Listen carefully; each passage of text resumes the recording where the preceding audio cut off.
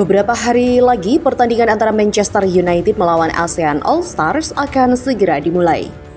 Tepatnya pada tanggal 28 Mei mendatang di Stadion Bukit Jalil. Tapi sampai saat ini belum ada tanda-tanda jika pertandingan itu bakal meriah. Hal itu terjadi karena tiket pertandingannya belum terjual habis. Dan tampaknya tiket tersebut semakin sulit terjual jika melihat nasib Manchester United musim ini. Terbaru, mereka harus rela dikalahkan Tottenham Hotspur di laga final Europa League.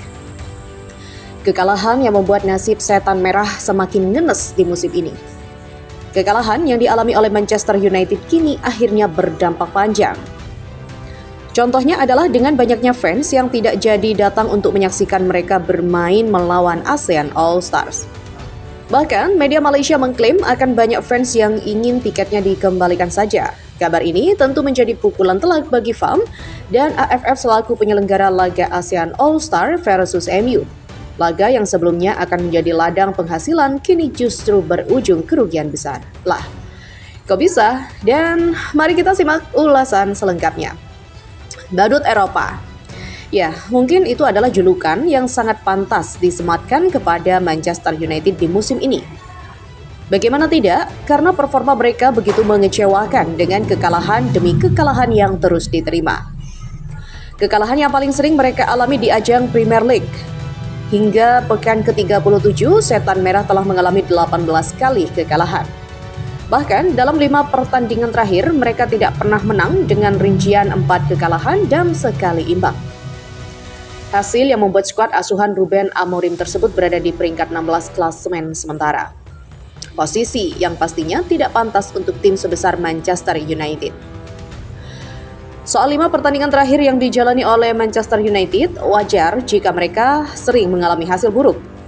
Alasannya adalah karena mereka ingin fokus pada pertandingan final Europa League. Final tersebut harus dimenangkan karena selain meraih trofi, Manchester United juga akan mendapatkan tiket untuk bermain di Liga Champions musim depan. Jadi intinya, Amorim rela mengorbankan peringkat di Premier League demi bisa fokus di ajang Europa League. Tapi sayangnya, harapan untuk meraih juara akhirnya pupus setelah Tottenham Hotspur mampu mengalahkan United di partai puncak. Son Heung-min dan kawan-kawan berhasil menang dengan skor tipis 1-0. Satu-satunya gol Tottenham dicetak oleh pemain mereka yakni Brennan Johnson. Pemain berusia 23 tahun tersebut sebelumnya berhasil memanfaatkan kelemahan Luke Shaw dan juga Andre Onana. Dengan kekalahan tersebut membuat penderitaan dari Manchester United semakin lengkap. Selain berada di papan bawah klasemen Premier League, mereka juga kembali puasa gelar di musim ini. Tak hanya itu, musim depan Setan Merah juga tidak akan bermain di kompetisi Eropa. Tentu, sebuah petaka yang pastinya belum pernah dibayangkan sebelumnya. Setelah ini tinggal 1 pertandingan lagi yang akan dimainkan oleh Manchester United yakni melawan Aston Villa. Pertandingan itu adalah kesempatan terakhir bagi mereka untuk memperbaiki klasemen. Jika menang, maka United bisa naik ke peringkat 14, itu pun dengan catatan Wolverhampton dan West Ham sama-sama mengalami kekalahan di pertandingan terakhir.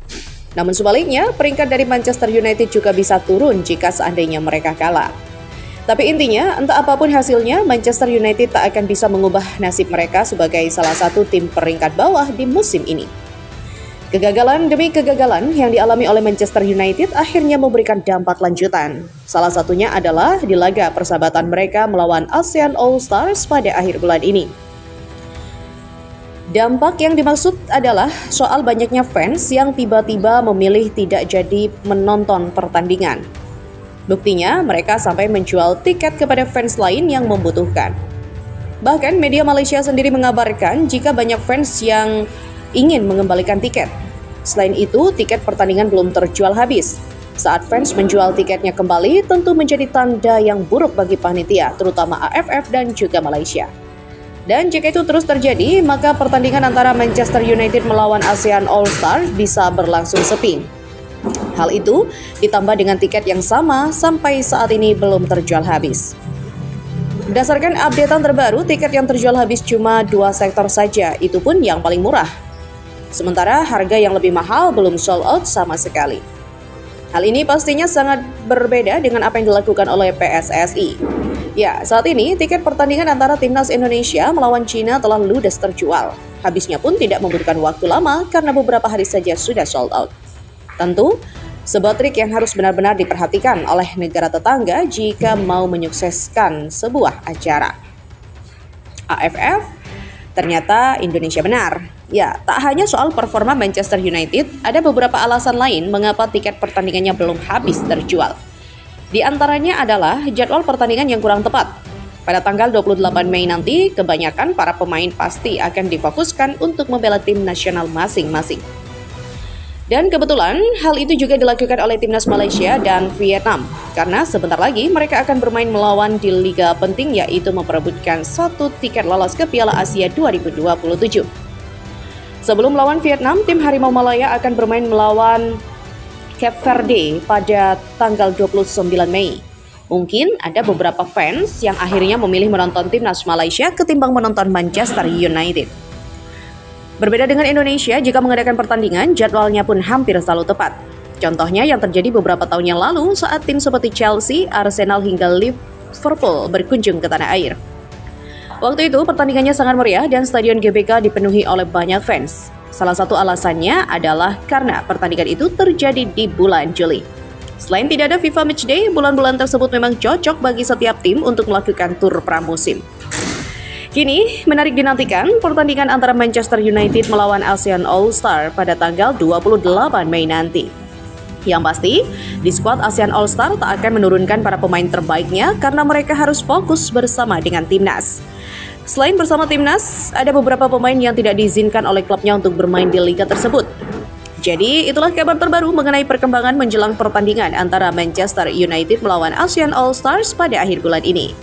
Dan berita selanjutnya, yang tak kalah menarik, realisme dan mimpi timnas Indonesia di ronde ketiga kualifikasi Piala Dunia, laga melawan Cina pada 5 Juni 2025.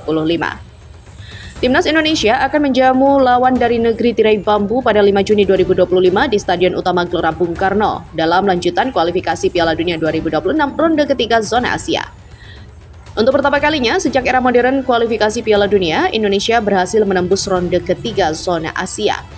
Namun, euforia itu segera berhadapan dengan realitas. Kita satu grup dengan Jepang, Australia, Arab Saudi, China, dan Bahrain, grup yang dijuluki grup neraka. Ini bukan hanya grup berisi kekuatan tradisional Asia, tapi juga uji paling sahih atas kebijakan besar PSSI dalam 2 tahun terakhir. Naturalisasi masif, perubahan kultur bermain, dan revolusi taktik di bawah Shin Tae-yong, dan saat ini di bawah asuhan Patrick Kluivert. Dari strategi populis ke proyek kompetitif. Ya, langkah PSSI mengintegrasikan pemain keturunan dari Eropa bukan sekedar strategi populis pencitraan. Statistik berbicara, dalam 7 pertandingan terakhir, Indonesia mencatat 6 clean sheet. Sebuah anomali positif dalam sejarah panjang timnas yang kerap dikenal rapuh di lini belakang.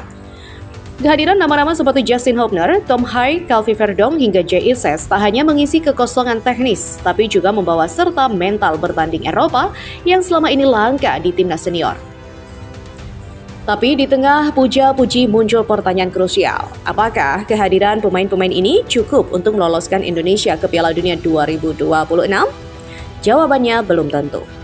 Fakta bahwa Indonesia hanya menang 1 kali dari 5 laga terakhir melawan Cina, serta kerap kehilangan fokus dalam 15 menit akhir pertandingan menjadi sinyal bahwa mentalitas dan konsistensi tetap jadi pekerjaan rumah yang besar.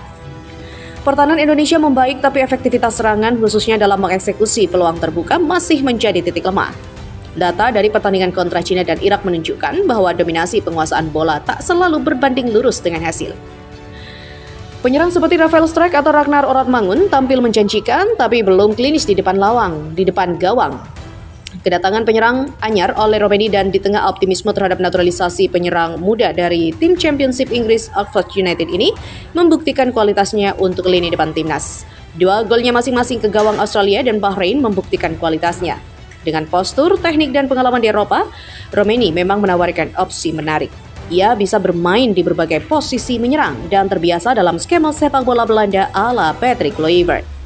Optimisme terkendali, harapan nasional. Ya, optimisme terkendali, harapan rasional. Target realistis Indonesia di ronde ini seharusnya bukan lolos langsung ke Piala Dunia, tapi menempati posisi 3 atau 4 besar grup demi membuka jalan ke ronde keempat dan playoff antar benua. Dengan kalender laga yang padat dan tekanan publik yang tinggi, Manajemen rotasi skuad dan kedalaman bangku cadangan akan diuji. Kluivert membutuhkan bukan hanya starting 11 solid, tapi juga pelapis yang siap mental dan taktik. Mimpi yang tak lagi mustahil. Ya, bertahun-tahun kita hidup dalam mitos bahwa Indonesia terlalu jauh dari panggung Piala Dunia. Kini mitos itu retak meski belum sepenuhnya runtuh. Apakah generasi Garuda Eropa ini akan menulis sejarah baru atau justru menjadi anomali sesaat? Kuncinya ada pada dua hal, konsistensi di lapangan dan keteguhan visi di luar lapangan. Euforia boleh ramai di media, tapi yang dibutuhkan timnas kini bukan puja-puji, melainkan sistem yang bekerja dalam diam, dalam disiplin dan dalam arah yang benar. Jika sepak bola adalah cermin bangsa, maka babak ketiga ini akan memperlihatkan siapa kita sebenarnya, yaitu tim yang sedang tumbuh atau sekedar proyek jangka pendek penuh sensasi. Naturalisasi boleh mengangkat kualitas, tapi tanpa tata kelola yang sehat, pelatih yang diberi otoritas penuh, dan liga yang profesional, mimpi Piala Dunia hanya akan jadi komoditas politik bukan prestasi nasional.